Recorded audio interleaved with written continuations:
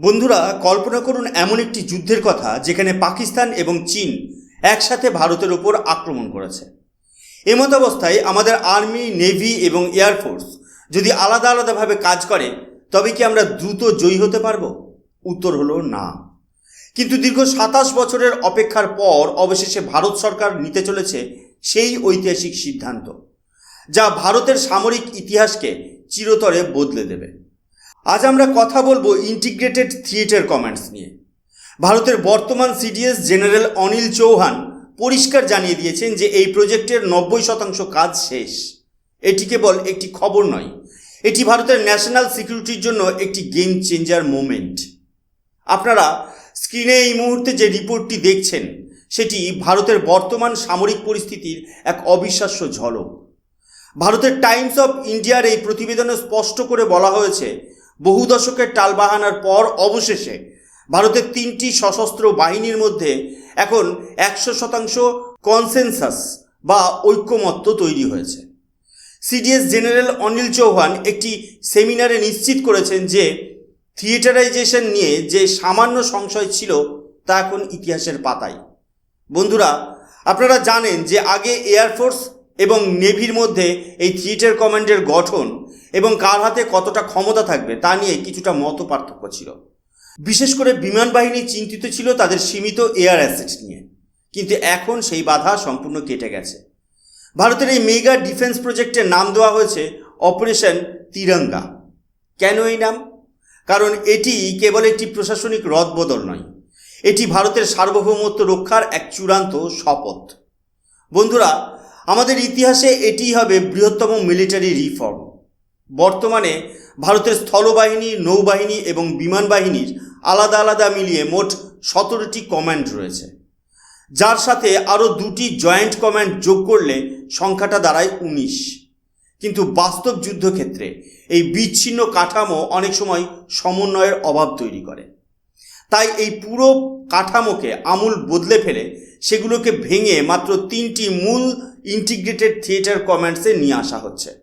এটি ভারতের war fighting ডক্ট্রিনকে পুরোপুরি বদলে দেবে। যেখানে আগে প্রতি বাহিনী নিজের মতো পরিকল্পনা করত, এখন থেকে সেখানে ওয়ান বর্ডার ওয়ান কমান্ডস নীতি কার্যকর হবে। অর্থাৎ শত্রুর বিরুদ্ধে আঘাত হবে এখন ৩ দিক থেকে, কিন্তু লক্ষ্য থাকবে একটাই। বন্ধুরা, অনেকের মনেই প্রশ্ন জাগতে পারে যে এই থিয়েটার কমান্ড আসলে কি, আর কেনই বা একে ভারতের জন্য সবথেকে বড় সামরিক সংস্কার বলা হচ্ছে। খুব সহজ ভাষায় বললে এটি হলো সিনার্জি বা কোঅর্ডিনেশনের সেই চূড়ান্ত রূপ যা আধুনিক যুদ্ধক্ষেত্রে জয় নিশ্চিত করে। বর্তমানে ভারতের প্রতিরক্ষা কাঠামো কিছুটা সিলো বা আলাদা আলাদা খণ্ডে বিভক্ত। আমাদের কাছে ১৭টি আলাদা আলাদা সার্ভিস স্পেসিফিক কমান্ড রয়েছে। কিন্তু গভীরে গিয়ে চিন্তা করুন, ধরুন পশ্চিম সীমান্তে পাকিস্তানের বিরুদ্ধে একটি বড় মাপের যুদ্ধ শুরু হলো। বর্তমান নিয়মে আমাদের আর্মি রাজস্থান বা গুজরাট সীমান্ত থেকে এগোবে, এয়ারফোর্স পাঞ্জাব বা জম্মু কাশ্মীর বেস থেকে হামলা চালাবে, আর নেভি আরব সাগরে ব্লক তৈরি করবে। কিন্তু সমস্যাটা কোথায় জানেন? এই ৩ বাহিনী সদর দপ্তর আলাদা, তাদের অপারেশনাল পরিকল্পনা আলাদা, এমনকি তাদের যোগাযোগের ফ্রিকোয়েন্সিও অনেক সময় আলাদা হয়। এই বিচ্ছিন্নতার কারণে যুদ্ধের ময়দানে অনেক সময় ক্রুশিয়াল টাইম বা মূল্যবান সময় নষ্ট হয় এবং অহেতুক সামরিক খরচ বাড়ে। এই সমস্যার স্থায়ী সমাধানই হলো থিয়েটার কমান্ড। এই নতুন কাঠামোতে ফোর্স জেনারেশন এবং ফোর্স অ্যাপ্লিকেশনকে আলাদা করা হচ্ছে। অর্থাৎ আর্মি বা এয়ারফোর্স চিফদের কাজ হবে শুধু বাহিনীকে প্রস্তুত করা এবং রিসোর্স যোগান দেওয়া। কিন্তু যখন যুদ্ধের প্রশ্ন আসবে তখন সেই নির্দিষ্ট ভৌগোলিক এলাকায় আর্মি, নেভি এবং এয়ারফোর্স সবাই একজন থিয়েটার কমান্ডের অধীনে কাজ করবে। একে বলা হয় ফোর্স অ্যাপ্লিকেশন। অর্থাৎ যুদ্ধের ময়দানে যখন কোনো পদাতিক বাহিনীর জন্য এয়ারফোর্সের ব্যাকআপ প্রয়োজন হবে, তখন আর্মি অফিসারদের আলাদা করে এয়ারফোর্সের সদর দপ্তরে অনুরোধ পাঠাতে হবে না। থিয়েটার কমান্ডারের এক নির্দেশেই আকাশ থেকে মিসাইল আছড়ে পড়বে শত্রুর ওপর। এই যে ৩ বাহিনীর এক ছাতার তলায় আসা, একেই সামরিক ভাষায় বলা হয় জয়েন্টনেস। বন্ধুরা, আপনাদের মনে রাখা দরকার যে মার্কিন যুক্তরাষ্ট্র, রাশিয়া এবং চীন বিশ্বের শক্তিশালী সামরিক শক্তিগুলো এই মডেলে অনেক আগেই চলে গেছে। বিশেষ করে চীনের ওয়েস্টার্ন থিয়েটার কমান্ড সরাসরি আমাদের সীমান্তের ওপর গত কয়েক বছর ধরে অত্যন্ত সক্রিয়। তাই আধুনিক এবং দ্রুতগামী যুদ্ধের এই যুগে ভারতের জন্য এই পরিবর্তন কেবল প্রয়োজন নয়, বরং অপরিহার্য হয়ে দাঁড়িয়েছে। আর এখন সেই অপেক্ষারই অবসান হতে চলেছে। স্ক্রিনে আপনারা এই মুহূর্তে যে আর্টিকেলটি দেখছেন তার হেডলাইনটি খুব ভালো করে লক্ষ্য করুন। এখানে স্পষ্ট বলা হয়েছে যে থিয়েটার কমান্ডের পরিকল্পনা এখন চূড়ান্ত পর্যায়ে এবং আগামী এক সপ্তাহের মধ্যেই এর চূড়ান্ত রিপোর্ট প্রতিরক্ষা মন্ত্রকের টেবিলে পৌঁছে যাবে। অর্থাৎ 2026-এর মাঝামাঝি সময়ের মধ্যেই আমরা ভারতের মানচিত্রে এক ঐতিহাসিক নতুন সামরিক বিন্যাস দেখতে পাব, যা গত 7 দশকে ভারত কখনো দেখেনি। বন্ধুরা, এই নিউজ রিপোর্টের ভেতর লুকিয়ে আছে একটি অত্যন্ত ভাইটাল ইনফরমেশন, যা ভারতের প্রতিরক্ষা কাঠামোকে এক নতুন উচ্চতায় নিয়ে যাবে। আর সেটি হলো ভাইস সিডিএস বা vice chief of defence staff পদের সৃষ্টি। এখন প্রশ্ন হলো, কেন আমাদের একজন ভাইস সিডিএস প্রয়োজন? দেখুন, আমাদের বর্তমান CDS general Anil Chauhan sir মূলত প্রতিরক্ষা মন্ত্রকের সাথে সরকারের সমন্বয়, দীর্ঘমেয়াদী সামরিক পরিকল্পনা এবং ব্যুরোক্রেটিক বা আমলাতান্ত্রিক বিষয়গুলো সামলান। কিন্তু যখন ভারত 3টি আলাদা থিয়েটার কমান্ডে ভাগ হয়ে যাবে, তখন এই বিশাল যুদ্ধের কাঠামো পরিচালনা করার জন্য একজন ডেডিকেটেড 4 স্টার অফিসারের প্রয়োজন হবে। এই নতুন 4 স্টার র্যাঙ্কের vice chief of defence staff মূলত অপারেশনাল বিষয়গুলো দেখবেন, অর্থাৎ যুদ্ধের ময়দানে 3টি থিয়েটার কমান্ডের মধ্যে সিনক্রোনাইজেশন ঠিকঠাক হচ্ছে কিনা, লজিস্টিক সাপ্লাই চেন বজায় আছে কিনা, কিংবা এয়ারফোর্স আর নেভির মধ্যে রিয়েল টাইম ডেটা শেয়ারিং হচ্ছে কিনা, এই সব কিছুর সরাসরি তদারকি করবেন তিনি। এটি ভারতের কমান্ড অ্যান্ড কন্ট্রোল বা নিয়ন্ত্রণ ব্যবস্থাকে এতটাই নিশ্চিত করবে যে যুদ্ধের সময় দিল্লি থেকে এক লহমায় সরাসরি যুদ্ধক্ষেত্রের ফ্রন্টলাইন পর্যন্ত নির্দেশ পৌঁছে দেওয়া সম্ভব হবে।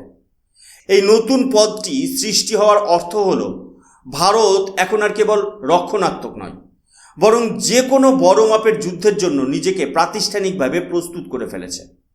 এবার আসা যাক সবথেকে রোমাঞ্চকর অংশে। এই থিয়েটার কমান্ডগুলো দেখতে কেমন হবে? প্রাথমিক তথ্য অনুযায়ী 3টি প্রধান কমান্ড থাকছে। প্রথমত ওয়েস্টার্ন থিয়েটার কমান্ড। এটা মূলত হবে পাকিস্তান ফোকাসড। এর সদর দপ্তর হতে চলেছে জয়পুর। চমকপ্রদ তথ্য হলো এই কমান্ডের নেতৃত্ব দেবে ইন্ডিয়ান এয়ারফোর্স। কেন? কারণ অপারেশন সিন্দুরের সময় দেখা গেছে যে পাকিস্তানের মতো ছোট ভূখণ্ডে এয়ারফোর্সের লং রেঞ্জ প্রিসিশন স্ট্রাইক সব থেকে বেশি কার্যকরী। দ্বিতীয়, নর্দার্ন থিয়েটার কমান্ড। এটা থাকবে চায়না ফোকাসড। এর হেডকোয়ার্টার হবে লখনৌ। চীনের সাথে আমাদের সীমান্ত পাহাড়ি এবং অত্যন্ত দুর্গম, তাই এই কমান্ডের নেতৃত্বে থাকবে ইন্ডিয়ান আর্মি। পাহাড়ের লড়াইতে আমাদের পদাতিক বাহিনীর কোনো বিকল্প হতেই পারে না। এবং তৃতীয়, মেরিটাইম থিয়েটার কমান্ড। এটা থাকবে মূলত ইন্দো প্যাসিফিক ফোকাসড। এর সদর দপ্তর সম্ভবত তিরুবনন্তপুরম বা কারওয়ারে হবে। পুরো ভারত মহাসাগর এবং চীনের নৌবাহিনীর উপর নজর রাখার দায়িত্ব থাকবে ইন্ডিয়ান নেভির ওপর। ডেকান হেরাল্ডের এই প্রতিবেদনটি অত্যন্ত গুরুত্বপূর্ণ। এই প্রতিবেদনটি যদি সম্পূর্ণ পড়ে দেখেন তবে দেখবেন এখানে বেঙ্গালুরুতে অনুষ্ঠিত রণসংবাদ নামক একটি উচ্চ পর্যায়ের সেমিনারের কথা উল্লেখ আছে, যেখানে সিডিএস জেনারেল অনিল চৌহান একটি অত্যন্ত টেকনিক্যাল কিন্তু ভাইটাল পয়েন্ট তুলে ধরেছেন। তিনি জানিয়েছেন যে ইন্ডিয়ান এয়ারফোর্সের কিছু বিশেষ এবং কৌশলগত সম্পদ, যেমন অ্যাওয়াক্স বা আকাশের নজরদারি চালানো বিমান এবং মিড এয়ার রিফুয়েলার্স, এগুলো কোনো নির্দিষ্ট থিয়েটার কমান্ডের অধীনে স্থায়ীভাবে দেওয়া হবে না, বরং এগুলো কেন্দ্রীয়ভাবে নিয়ন্ত্রণ করা হবে। বন্ধুরা, আপনারা হয়তো ভাবছেন কেন এগুলোকে আলাদা রাখা হচ্ছে। আসলে এটাই ছিল এই পুরো সংস্কারের সবথেকে বড় চ্যালেঞ্জ। ইন্ডিয়ান এয়ারফোর্স দীর্ঘদিন ধরে একটি বিষয়ে চিন্তিত ছিল। তাদের ভয় ছিল যে তাদের হাতে থাকা সীমিত সংখ্যক ফাইটার জেট বা স্কেয়ার্স রিসোর্সগুলো যদি বিভিন্ন থিয়েটার কমান্ডে ভাগ করে দেওয়া হয়, তবে এককভাবে এয়ারফোর্সের সামগ্রিক শক্তি বা এয়ার সুপিরিয়রিটি কমে যাবে। কিন্তু নতুন এই পরিকল্পনায় সেই জটিল সমস্যার এক চমকপ্রদ সমাধান বের করা হয়েছে। এখন থেকে গুরুত্ব দেওয়া হবে অ্যাসেট অপটিমাইজেশনের উপর, অর্থাৎ এই দামি এবং গুরুত্বপূর্ণ যুদ্ধ বিমান বা রেডার সিস্টেমগুলো একটি সেন্ট্রাল পুলে থাকবে। যখন উত্তরের চীন সীমান্তে এগুলোর প্রয়োজন হবে তখন সেখানে পাঠানো হবে। আবার যখন পশ্চিম সীমান্তে পাকিস্তানের বিরুদ্ধে অ্যাকশনের দরকার পড়বে তখন দ্রুত সেখানে সরিয়ে আনা হবে। সহজ কথায়, যার যখন প্রয়োজন সে তখনই সেরা রিসোর্স পাবে। এর ফলে কি হবে? প্রথমত, প্রতিটি কমান্ডের জন্য আলাদা আলাদা করে দামি যুদ্ধবিমান কেনার প্রয়োজন হবে না, যাকে আমরা বলি ডুপ্লিকেট এক্সপেন্ডিচার রোধ করা। আর দ্বিতীয়ত, এর মাধ্যমে ভারতের সাধারণ ট্যাক্স পেয়ারদের হাজার হাজার কোটি টাকার সাশ্রয় হবে। এই স্মার্ট প্ল্যানিংই প্রমাণ করে যে আমাদের সশস্ত্র বাহিনী এখন ইগোর লড়াই ছেড়ে দেশের সুরক্ষায় প্রকৃত জয়েন্টনেসের দিকে এগিয়ে যাচ্ছে। বন্ধুরা, এখন একটা বড় প্রশ্ন আপনাদের মনে আসতেই পারে, কেন এখন? কেন 2026 সালেই এই বিশাল তোড়জোড়? এর উত্তরটি কিন্তু কোনো সাধারণ খবরের কাগজে নেই। এর উত্তর লুকিয়ে আছে গ্লোবাল জিওপলিটিক্সের গভীর সমীকরণে। গত কয়েক বছরে ইউক্রেন রাশিয়া যুদ্ধ থেকে শুরু করে মধ্যপ্রাচ্যের চরম উত্তেজনা আমাদের একটা বড় শিক্ষা দিয়েছে। আধুনিক যুদ্ধ এখন আর কেবল সীমান্তের কাঁটাতারে বা কয়েক রাউন্ড গুলি বিনিময়ে সীমাবদ্ধ নেই। আমরা এখন প্রবেশ করেছি মাল্টি ডোমেন ওয়ারফেয়ারের যুগে। এটি এখন সাইবার ওয়ারফেয়ার, স্পেস ওয়ারফেয়ার এবং হাইটেক ড্রোন স্ট্রাইকের যুগ। আজকের দিনে আপনি যদি আপনার 3 সেনাবাহিনীকে আলাদা আলাদা করে লড়তে পাঠান তবে জয় পাওয়া প্রায় অসম্ভব। থিয়েটার কমান্ড আসার ফলে ভারত তার নতুন গঠিত ডিফেন্স স্পেস এজেন্সি এবং ডিফেন্স সাইবার এজেন্সিকেও সরাসরি ফ্রন্টলাইন কমান্ডের সাথে ইন্টিগ্রেট বা যুক্ত করতে পারবে। অর্থাৎ যুদ্ধ কেবল মাটিতে নয়, মহাকাশ এবং ডিজিটাল জগতেও ভারত একযোগে পাল্টা আঘাত হানতে পারবে। এর থেকেও বড় উদ্বেগের কারণ হলো আমাদের প্রতিবেশী চীন।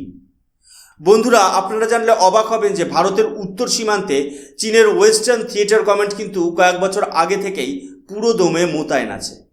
তারা মধ্যপ্রাচ্যে তাদের আর্মি, এয়ারফোর্স এবং রকেট সোর্সকে এক ছাতার তলায় নিয়ে এসেছে। ভারত যদি এই মুহূর্তে পাল্টা ব্যবস্থা না নিত বা এই সংস্কারে দেরি করত তবে আমরা স্ট্র্যাটেজিক দিক থেকে অনেক পিছিয়ে পড়তাম। আজ আমাদের প্রয়াত প্রথম CDS general Bipin Rawat sir যে স্বপ্ন দেখেছিলেন, বর্তমান CDS general Anil Chauhan sir তাকেই বাস্তবে রূপ দিচ্ছেন। এই থিয়েটার কমান্ড আসলে ভারতের স্ট্র্যাটেজিক অটোনমি বা কৌশলগত স্বাধীনতার এক চূড়ান্ত বহিঃপ্রকাশ। এটি প্রমাণ করে যে ভারত এখন আর অন্য কারোর রণকৌশলের উপর ভরসা করে না, বরং আত্মনির্ভর ভারতের মন্ত্রে দীক্ষিত হয়ে আমরা আমাদের নিজেদের ঘর পাহারা দেওয়ার এক অবিদ্ধ দেওয়াল তৈরি করছি। এটি কেবল একটি প্রশাসনিক সংস্কার নয়, এটি নতুন ভারতের এক নতুন হুঙ্কার। সবশেষে বলতে চাই, থিয়েটার কমান্ড কেবল একটি স্ট্রাকচার নয়, এটি একটি নতুন মানসিকতা। ভারতের জন্য এটি একটি বোল্ড মুভ। যদিও সামনে অনেক চ্যালেঞ্জ আছে, যেমন পদমর্যাদা নিয়ে বিতর্ক বা ফান্ডিংয়ের সমস্যা, কিন্তু আমাদের সামরিক নেতৃত্ব প্রমাণ করেছে যে তারা দেশের সুরক্ষার জন্য যে কোনো বড় সিদ্ধান্ত নিতে পিছপা হবে না। আপনারা কি মনে করেন, এয়ারফোর্সের হাতে পাকিস্তান ফ্রন্টের কমান্ড দেওয়া কি সঠিক সিদ্ধান্ত, নাকি আর্মিকেই প্রধান রাখা উচিত ছিল? কমেন্ট সেকশনে আপনাদের মূল্যবান মতামত অবশ্যই জানাবেন। ভিডিওটি ভালো লাগলে লাইক করুন এবং বন্ধুদের সাথে শেয়ার করুন যারা ভারতের প্রতিরক্ষা ব্যবস্থা নিয়ে গর্ব করেন। আমি সুশোভন, আপনারা দেখছিলেন অদ্ভুত অথচ বাস্তব। জয় হিন্দ, বন্দে মাতরম, ভারত মাতা কি জয়।